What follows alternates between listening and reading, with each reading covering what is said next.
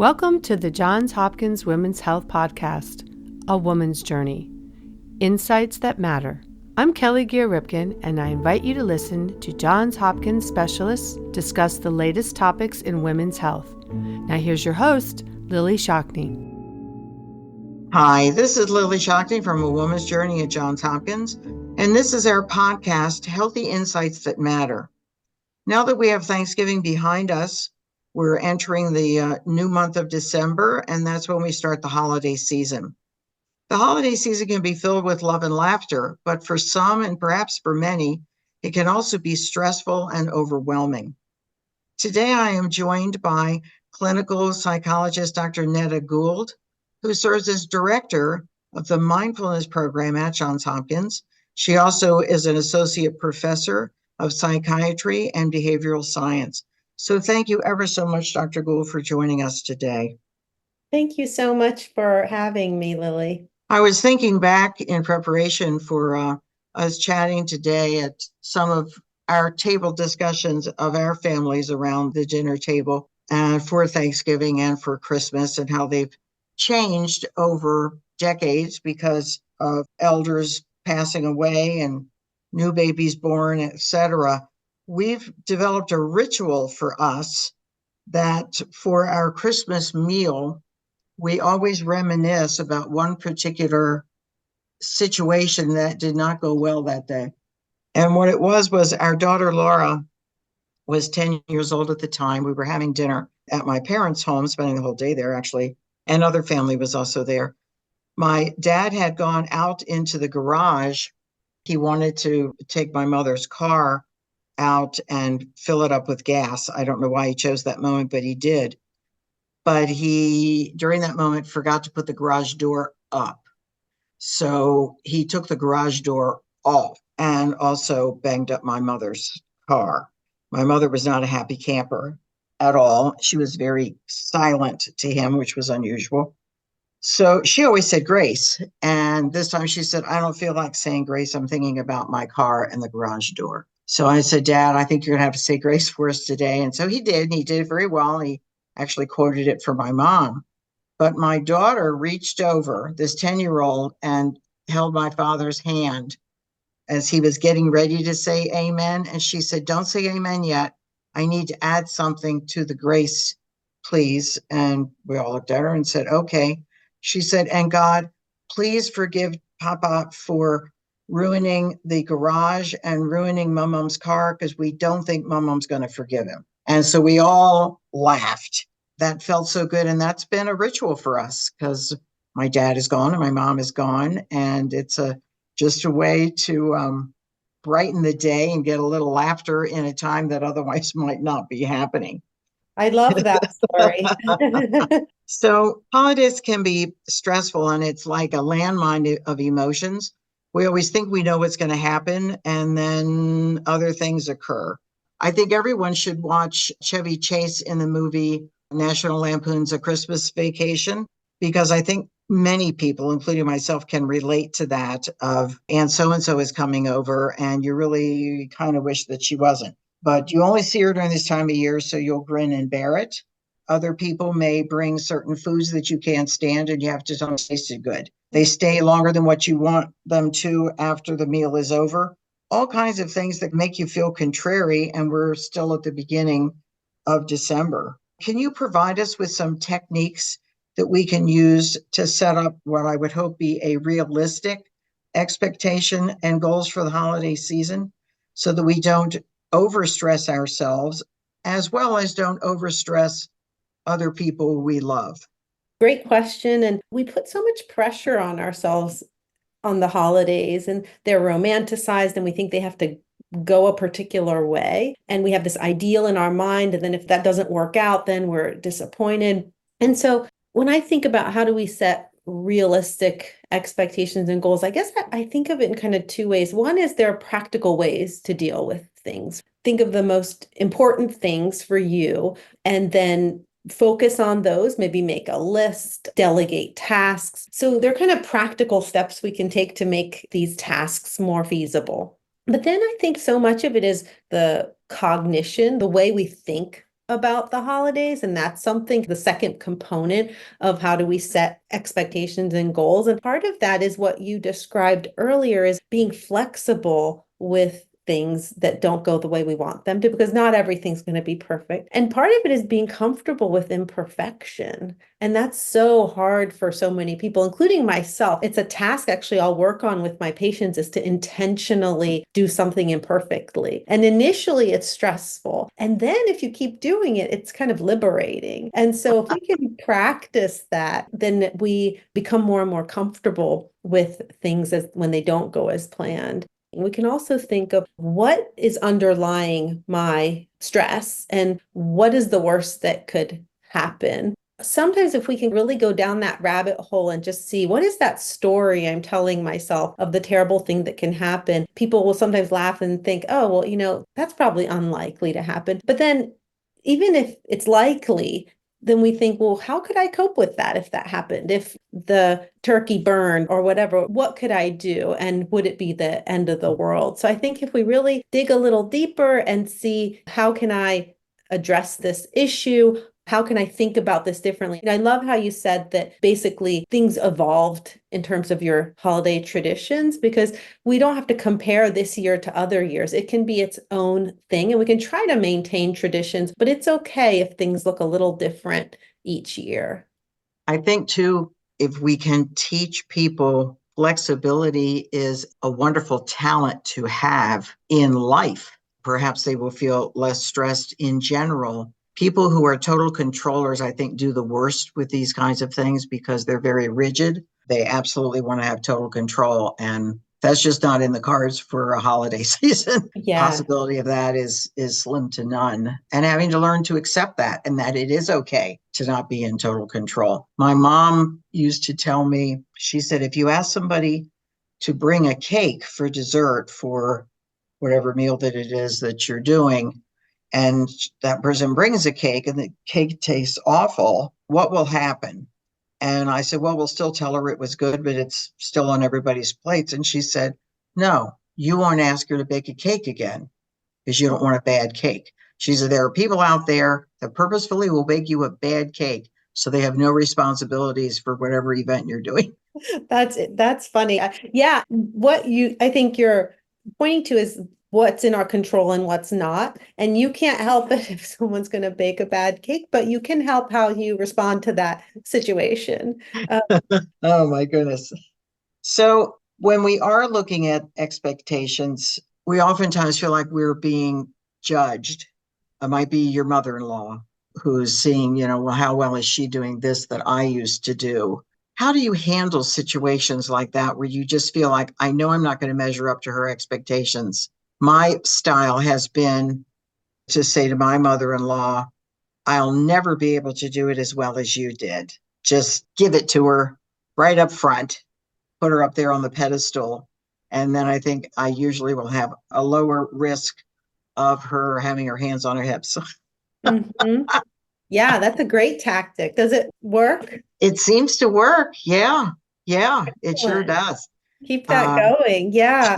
But it's interesting because I think we think people are judging us, and sometimes they're not judging us. I think we go into it thinking that, oh, this person's thinking something negative about what I'm doing or about me as a person, and that judging comes to mind. But we can just step back and say, maybe they're not thinking what I think they're thinking, first of all. But if they are expressive of their judgments, then I think we have to remind ourselves we can't make everyone happy. It's just not going to be possible. We can be respectful and try to have their needs met during the holidays to some degree, but not everyone's going to be happy. And so again, think, well, what in this situation's in my control? I can't control what my mother-in-law does or says in that particular case, but I can control what my response is. And in that case, you had a beautiful preemptive response to what you perceived as her judgment. What do we do when we have really strong personalities for the day in our home?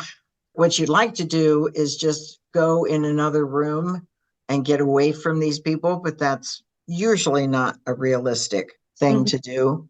But is there a way to squelch that unpleasant behavior that they're doing, or how loud they insist upon talking, or just knowing they're coming, you can get a headache. Right. So I guess that's the first thing. If you know someone's going to be coming that's difficult or that kind of pushes your buttons, take care of yourself beforehand. Refuel your tank. Take a few minutes to do some mindfulness or self-care strategies, whatever those are for you, so that you go into it without your stress response already triggered. And just accept that, yes, this person's going to be challenging for me, instead of resisting that. Oh, if only they didn't come this year, or if only they could talk quieter. But accept that, yes, they're speaking loudly, and yes, this is irritating me. And then if we can accept that, then we can see what we need in that moment. And sometimes it may be to step outside for a few minutes. You might not want to drive away for the evening, but just step away for a couple of minutes and take some deep breaths and then begin again. And I think that we can set boundaries in those ways to know what our limits are and what our needs are in the midst of still being respectful of other people.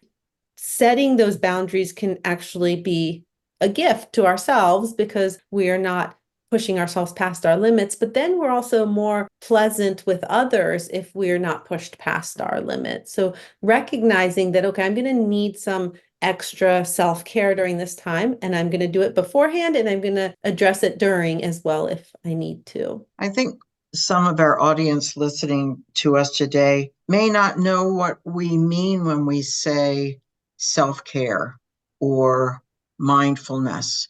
Can you give examples and explain how we can, like, we can't get in the bathtub in the middle of dinner, but that's a thought, little fantasy thought, Calgon, take me away. But how can we grab those few moments? How long does it take? Is this a 5-minute experience or a 15-minute experience? Can you give examples and talk about that? Absolutely. Self-care can mean whatever feels good for you, whatever reduces your stress. And for some people, it might be exercise, getting enough sleep, spending quality time with people, practicing gratitude. So that can be a self-care tool where you can do that daily, but in the midst of a difficult situation, it might be that, yes, this person is annoying, and I'm really grateful that the rest of my family is here. Shifting out of that focus on that very negative part and practicing shifting to something positive. Mindfulness is one that's really near and dear to my heart. And basically, mindfulness is bringing attention to the present moment, noticing what's happening in the present moment. For example, you might tune into your breathing for a couple of breath cycles. You might tune into your sensations in your hands or in your feet. And these are ways to recenter yourself into the present moment. And why do we drop into sensations in the body? Because our thoughts are not often present oriented. So you might be thinking, oh my gosh, this person's so annoying. How do I deal with this? They always do this. This is going to ruin my night. If only they didn't come, or if only I could go take that bath. And those can be distressing thoughts. But if we say, oh, okay, well, right now I'm feeling my breath, and yes, my emotion is feeling irritated, but I can be in this moment as opposed to getting caught up in that story that exacerbates negative feelings or takes me away from the pleasant feelings. So the mindfulness or any of these practices you can do in the moment. Sure, you can pause and take a few deep breaths if you're feeling irritable, but you can also make it a regular daily habit and listen to guided meditation or make sure you're getting your exercise. And these things really fall by the wayside when we become busy, but that's the time that we need it the most. And so schedule it in your calendar and say, this is something that if I want this day to be as low stress as possible, or this period of time, then I'm going to take 5 minutes a day. And yes, it's 5 minutes where you might be able to do something else, but I guarantee you'll begin to get some return on that investment of time in terms of having these tools when you need them to de-stress. Is it ever appropriate to try to recruit help from maybe your spouse or your daughter or someone that you're very, very close to help you corral the person that's being disruptive? Absolutely. Diffuse the responsibility. Or misery loves company. Yeah, that too. Yes. rely on your support and have a plan in place that, for example, this person tends to come into the kitchen and it's really stressful for me when I'm trying to do something in the kitchen for this person to be talking to me. If you notice that, can you please come and entertain them for a few moments? Absolutely. Talk through some of these things, and still some of the things won't be in your control. And that's where you might need to be a little assertive. And what does it mean to be assertive? Well, you express yourself, but in a kind way where you're respectful of your needs. Like, I just need a few minutes in the kitchen by myself, for example, but respectful of the other person. You're not yelling and screaming. And so you can use all of these different tactics to cope during the holiday stress. We are likely to feel stress all the way through the month of December. We're trying to find the perfect gift. We're baking cookies that normally we wouldn't be. All of these additional chores, or at least it feels like a chore rather than feeling like joy. Is there a way to be able to help people not see everything as a chore? Getting the tree up should be joyful. But if it's a pain because one person is doing it, nobody wants to help, then I could see that perhaps it would not be any fun at all. How can we help people with that? This is a chore. I'm unhappy throughout the month of December. I want their glass half full rather than half empty. I don't expect anybody to be Tigger, but I don't want everybody to be Eeyore either, right? That middle of the road, I guess, might be Winnie the Pooh. But how to have them lighten their own load so that they can find joy in the holidays. Yeah, yeah. And so many of us can resonate with that. I always think, oh, if we could spread out everything we had to do in December through the rest of the year, then it would be kind of enjoyable to bake cookies once a month, but not to bake 34 batches of cookies in 2 days. One thing for me that I think of is, how can I simplify things? Maybe I don't have to bake homemade cookies for every single teacher at the school. Maybe I can purchase something little or a gift card, or make your list of the things you have to do and think about what's most important to me on this list. The Christmas tree going up and having it being a family affair. Share that with your family. That's the one thing that's really important to me that I want to do together. Everything else, how can I simplify this? And it might not feel good. Sure, it feels wonderful to make perfect cookies and give them to somebody. But all of these things, when they add up, like you say, really take away for the joy that we can experience at the holidays because we're just burnt out. If there's one word to take away, is how can I simplify this just a little bit, and a little bit each year or each task. Yeah. Yeah, I like that. And to realize that everything was still okay. Yes. That nobody fussed and said, why didn't you bake the perfect cookie for me this year? Exactly. Yeah. I've started giving people my cookie recipes. Like, I know you enjoy these so much, so here's my recipe, and hoping it will inspire them to bake their own cookies. That's terrific. I love it. If we do have a situation where the conflict is pretty big, we're in a situation where somebody's arguing and frankly really being disruptive, how can we get that to simmer down so that it doesn't affect the rest of the day and it doesn't make everybody else silent? Nobody feels good when people are arguing. Yes. If you think about it, we're saying a few weeks before this gathering, everyone's stress response is triggered. And what happens when our stress response is triggered is we are reactive. We don't have that control sometimes over our emotions that we'd like to have. That's why we might blurt something out, because our tanks are empty. And so recognizing those first signs of stress in yourself. Oh, there's that tension in my neck. That for me is a sign that I need a break. And pausing and taking that break. I think that's one thing. So take care of myself. Take a few deep breaths in this moment. If you're starting to notice that tension with somebody, excuse yourself and go outside and take a few deep breaths, like we were saying, and then come back with a fresh perspective. I'll sometimes say to myself, something along the lines of, this person is struggling and that's why they're combative or difficult, that it doesn't have to be about me. And then when I say that to myself, that, yeah, this person's having their own issues, otherwise they could be kinder or say something in a more respectful way, then I can have a little bit of empathy for that person instead of feeling like I'm being attacked, so let me put my guard up and either attack back or shut down. I can say, okay, they're having a tough time. And that doesn't mean you tolerate it if it's bad behavior, but then you can open up to the situation and either step away for a minute, but sometimes even just respond with kindness. And that can shift things. That's a very good point of responding with kindness, because that's not what the person would be expecting. And when it's said softly, I do expect it to turn things down to a simmer. Right? Turn things Exactly. down to a simmer. Yeah, I like that. I like that a lot. Are there other things that you would want to share with our audience today regarding how to reduce our stress during a stressful month so that Mhm. we can find joy and laughter more so than we find anxiety and unhappiness?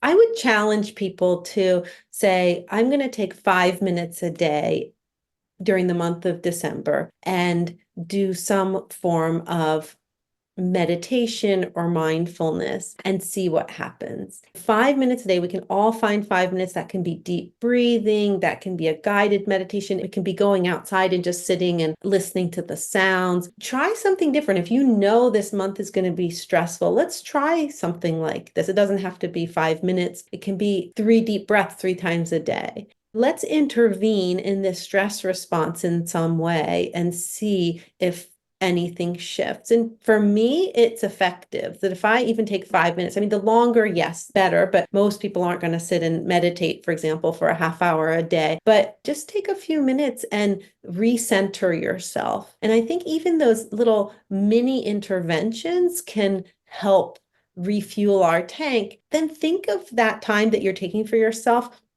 not as a luxury, but as a gift that you're giving to others. Because if you can be calmer and more present, then you're actually helping the other people. And I'll say that to myself on really busy days. I know doing some mindfulness practices, I know it's the best thing for me. And yet I can always find something else to do. And I'll say to myself, well, if I can't do this for myself, let me do this for my family, for my coworkers, for the people I run into, because I'm going to be a better version of myself. And then it doesn't feel like selfish, which is what people often describe it as. It's not, it's self-care, and we all need it. I like that a lot. And having the focus on that you're not just doing this for yourself, you're doing this as to how you impact others and others impact you.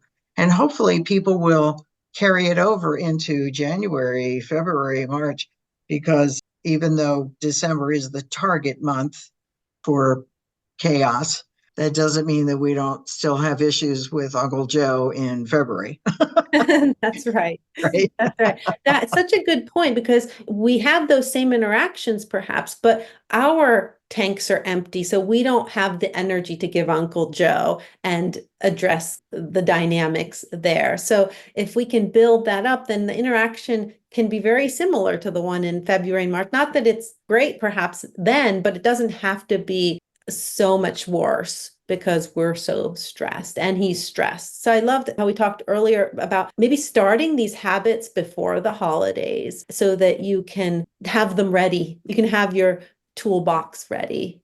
Can you also tell us what role do you think social media has regarding this too? Social media is such a blessing and a curse. I think on the one hand, it of course helps us stay connected with people and loved ones who may not be able to be with us over the holidays.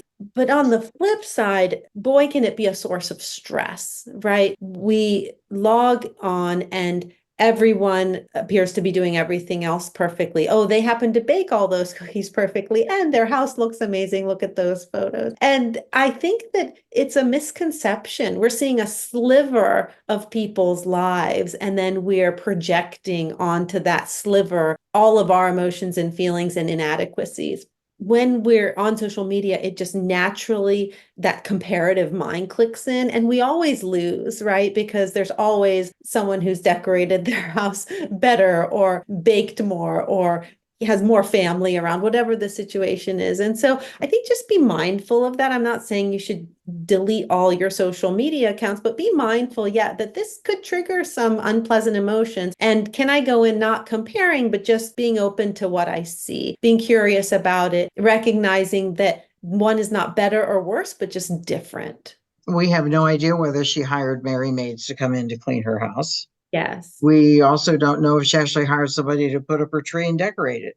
Absolutely. And so we make assumptions about other people's skill set when it might not be that at all. Yes. I will admit that I have said to two people over my lifetime how fortunate you are that you have the time to decorate 3 trees in your house and get 1,000 cookies baked. Yes. Right.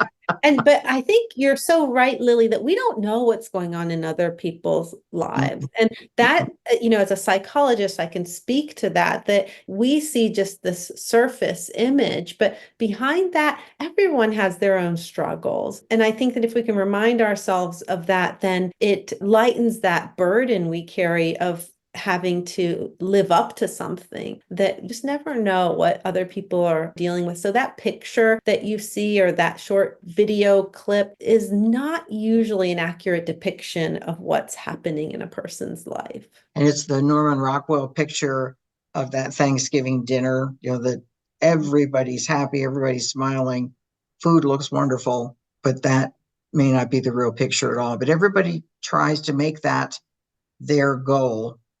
When I prefer the goal to be, we were together, nobody yelled and screamed. I could actually identify some happy moments that I want to hold on to and even talk about later to those people that created those for us, rather than looking at the holidays being something we want to push behind us instead of being in front of us or in the midst of it. You have that flexible thinking. And I think that's a great way to think about these events, that there are going to be highlights and lowlights, and we'll try to take away the highlights, but it's not realistic to think that there won't be both of those things at the same time. There's 2 quotes that I think about frequently and love. One is by Mark Twain. He says, "Tomorrow is a new day with no mistakes in it." It's like you got to erase that board and okay, it's another day. The other is from Will Rogers. One of his quotes is, "When you find yourself in a hole, stop digging." I love it. Yeah. One of my favorite quotes that kind of goes along with that last one is that when you are stressed, notice the facts and drop the story. So note what's happening. Oh, this is a difficult situation, but you don't have to get caught up in that story of, oh, I'm not good enough, or if only this didn't happen. Just come back to the facts. And yes, this is the way it is in this moment right now. Can I be with this experience? I like that. That's excellent. What wonderful advice. Thank you ever so much, Dr. Gould, for being with us today. And I also want to thank everyone who's listening to this podcast. And I hope that you share this podcast with others that you believe would benefit from it as well. We do want to hear from you. Are you enjoying our podcasts?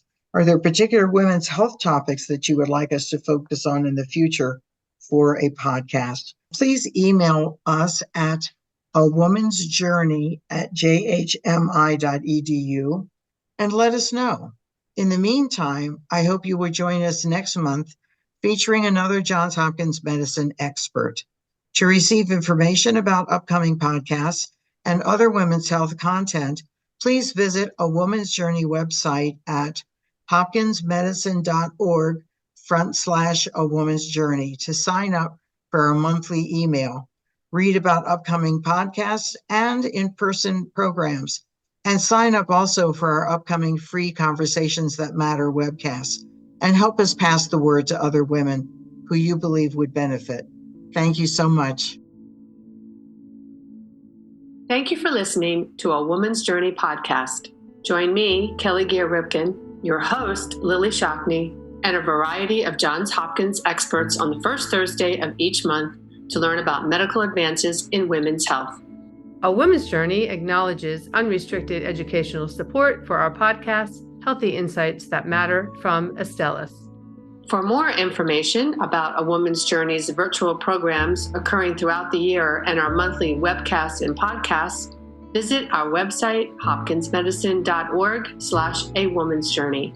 Like us on Facebook and Twitter, and visit our website at hopkinsmedicine.org/a woman's journey. Until next time, stay well.